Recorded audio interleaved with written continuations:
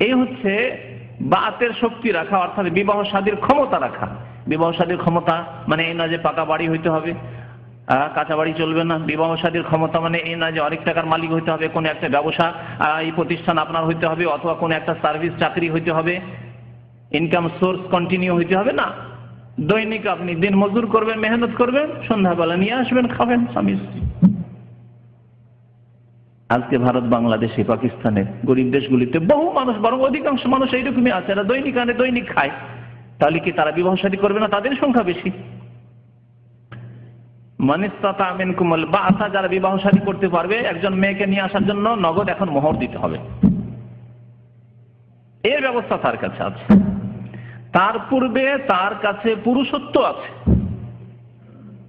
বিবাহ করার যোগ্যতা আছে। বাতের দুইটি অর্থ, কারণ সেটি যদি না থাকে তো পয়সা থেকে বিবাহ করা চলবে না, পয়সা থেকে বিবাহ করা চলবে না। এজন্য বিবাহর হুকুমটিও এখানে বলে দেওয়া ভালো হবে যে বিবাহর হুকুম, আসল হুকুম হচ্ছে সাধারণ অবস্থায় প্রত্যেক মুসলিম যুবকের জন্য বিবাহ শাদী করা সুন্নাত। প্রিয় নবী মুহাম্মদ রাসূলুল্লাহ সাল্লাল্লাহু আলাইহি ওয়াসাল্লামের সুন্নাত, তিনি একটি শুধু বিবাহ করেননি, একাধিক বিয়ে করেছেন, কয়েকটি বিবাহ করেছেন, বরং আল্লাহ পাক রব্বুল আলামিন উম্মতের জন্য 4টির বেশি জায়েজ করেনি, তার জন্য আরো বেশি জায়েজ করেছিলেন। খালিসাতান লাকা মিন দুনিল মুমিনিন, কোন মুমিনের জন্য জায়েজ নাই, তোমার জন্য খাস করা হয়েছে। আল্লাহ পাক রব্বুল আলামিন স্বয়ং কোরআনে কারীমে সূরা আহজাবে ইরশাদ করেছেন, হে নবী আপনার জন্য এই বিষয় খাস রয়েছে। তো বিবাহ শাদীর আসল হুকুম হচ্ছে সাধারণ অবস্থা প্রত্যেক যুবকের জন্য বিবাহ শাদী করা সুন্নাত। সে এই যৌবনকালে বেশি প্রয়োজন বোধ করুক আর নাই করুক, যুবক হয়েছে, সাবালক হয়েছে, বিবাহ শাদী করা সুন্নাত তার জন্য। বিবাহ শাদীর বিশেষ অবস্থায় হুকুম হচ্ছে ফরজ। তা হচ্ছে কোন ব্যক্তি যদি বিবাহ না করার কারণে গুনাহে লিপ্ত হয় অথবা গুনাহে লিপ্ত হওয়ার আশঙ্কা হয়, তাহলে বিবাহ শাদী করা সেই লোকের ক্ষেত্রে বা ওই রকম লোকের ক্ষেত্রে ফরজ। বিবাহ শাদী না করলে গুনাহ হবে, কারণ গুনাহ থেকে বেঁচে থাকা ফরজ। আর যার মাধ্যমে গুনাহ থেকে বাঁচা যায়, কোন একটি কাজ করলে আমি গুনাহ থেকে বাঁচতে পারবো, তাহলে সেই কাজটিও ফরজ। বুঝতে পেরেছেন যুক্তি? গুনাহ থেকে বেঁচে থাকা কি? চুরি করবেন না, চুরি না করা কি? চুরি করা যেমন হারাম, তাহলে চুরি না করা ফরজ। বলেন ফরজ, চুরি না করা ফরজ। জি, জেনা করা যখন হারাম, তাহলে জেনা থেকে বেঁচে থাকা ফরজ। আর জেনা থেকে, ব্যভিচার থেকে, অশ্লীলতা থেকে বাঁচার উপায় হচ্ছে শরীয়তে বিবাহ শাদী, নিকাহ। আর আপনার আশঙ্কা হচ্ছে যে আমি গুনাহ থেকে হয়তো বাঁচতে পারবো না, গুনাহে পড়ে যাব, তাহলে আপনার জন্য বিবাহ শাদী করা ফরজ। বিবাহ শাদী করে নিয়েছেন কিন্তু দূরে থাকার কারণে গুনাহ হওয়ার আশঙ্কা রয়েছে, তাহলে আপনার স্ত্রীর কাছে থাকা ফরজ, গুনাহের আশঙ্কা যদি থাকে। তৃতীয় অবস্থা বিবাহর হুকুমের ক্ষেত্রে 3টি অবস্থা রয়েছে। তা হচ্ছে যে বিবাহ শাদী করা জায়েজ নয়। সুন্নাত বললাম সাধারণ অবস্থায়, কিন্তু এমন একটি ক্ষেত্র রয়েছে যেখানে বিবাহ শাদী করা ফরজ। আরেকটি বললাম, আরেকটি বলছি যে বিবাহ শাদী করা জায়েজ নয়। এমনও কিছু লোক আছে যাদের জন্য বিবাহ শাদী করা জায়েজ নয়। তারা কারা? যাদের পুরুষত্ব শক্তি দুর্বল, এমন দুর্বল যে মোটেই হক আদায় করতে পারবে না। বাহ্যিক দেহ, শরীর গঠন, আকার আকৃতি, রূপ দেখতে তো মাশাআল্লাহ বেশ সুন্দর, কিন্তু জন্মগতই হয়তো তার পুরুষত্ব শক্তি নেই, অথবা তার কুচরিত্রের কারণে, আমাদের অনেক যুবক ভাইরা এটা বুঝবেন না, কুচরিত্রের কারণে তার পুরুষত্বকে নষ্ট করে ফেলেছে। আর বহু ছেলেরা এরকম করে ফেলে, আর পরে কি আফসোস হয়, কিন্তু তখন আর আফসোস করে হাহুতাশ করে আর কোনো লাভ হয়।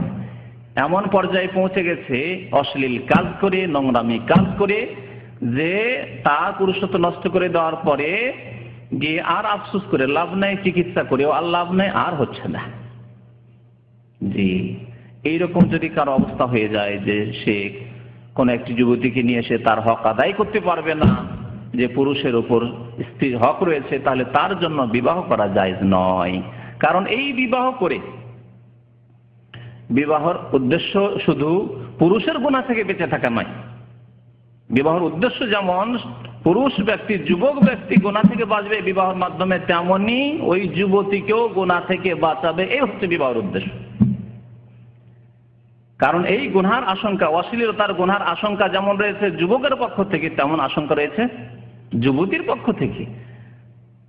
যদি নিজের পুরুষত্ব না থাকে, তাহলে স্ত্রী যে তার ঘরে এসছে, তার যখন লজ্জাস্থানের হেফাজতের ব্যবস্থা দিতে পারবে না, তখন সেই যুবতীর চরিত্র নষ্ট হতে পারে, সেই যুবতী দ্বারা পাপ হতে পারে।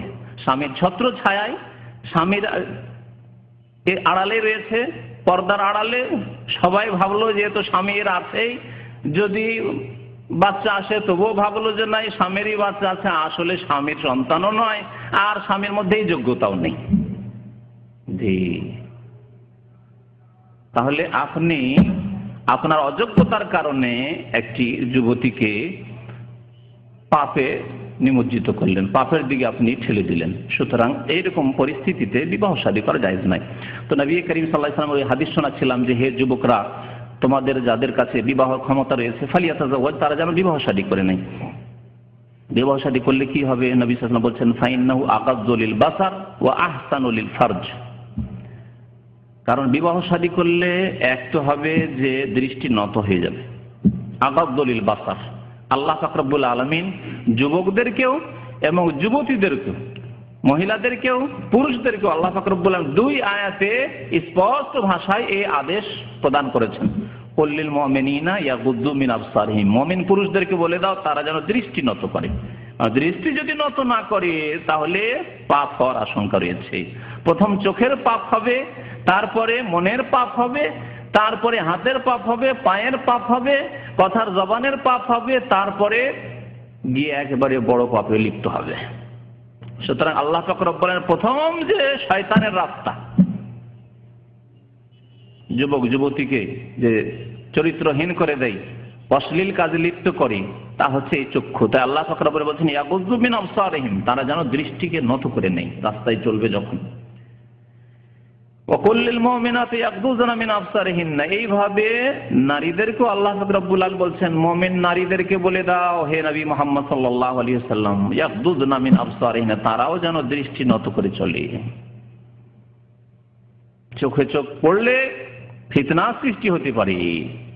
আজকে স্কুল, কলেজ, ইউনিভার্সিটি, যেখানে সহশিক্ষা, আর হাসপাতাল, যেখানে একসাথে কাজকর্ম, একসাথে চাকরি, হোটেল, রাস্তাঘাট, যেখানে চোখে চোখে দেখা বড় সভ্যতা মনে করা হচ্ছে, যার ফলে সারা পৃথিবীতে জিনা, এই অশ্লীল কাজ একেবারে ছড়িয়ে পড়েছে। ঘরে ঘরে, সমাজে সমাজে, গ্রামে গ্রামে, প্রত্যেকটি এলাকায় জিনা, ব্যভিচার একেবারে ব্যাপক আকার ধারণ করেছে। প্রথম রাস্তা হচ্ছে এই চোখের রাস্তা।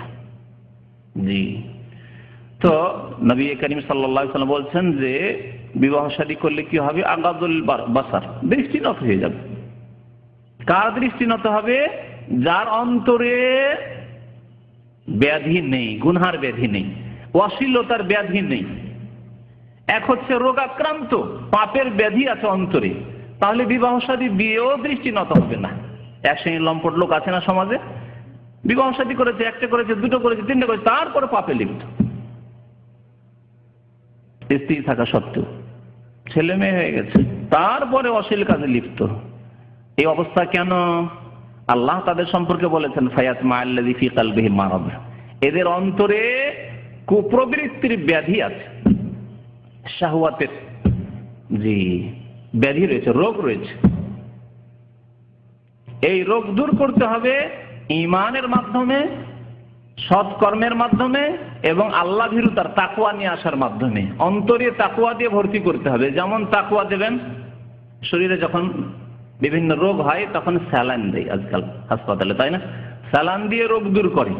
তো স্যালাইন দিতে হবে কিসের? তাকওয়ার, আল্লাহ ভীরুতা। যখন আল্লাহ ভীরুতা আসবে তখন এই কুপ্রবৃত্তির যে ব্যাধি রয়েছে অন্তরে, সেই ব্যাধি দূর হয়ে যাবে। এই ব্যাধি যদি দূর না হয় তো বিবাহ শাদী করেও পাপ থেকে বাঁচানো যাবে না। ছেলের বিয়ে দিয়ে দিলেন, ভাইয়ের বিয়ে দিয়ে দিলেন, তারপরও লম্পট, মেয়ের বিবাহ দিয়ে দিলেন, তারপরও চরিত্রহীন। এই জন্য তাকওয়া দিয়ে ভর্তি করতে হবে। নবী করিম সাল্লাল্লাহু আলাইহি ওয়াসাল্লাম বলেছেন, আত্তাকওয়া হা হোনা, আত্তাকওয়া হা হোনা, আত্তাকওয়া হা হোনা। আল্লাহ ভীরুতা, আল্লাহর ভয়, হ্যাঁ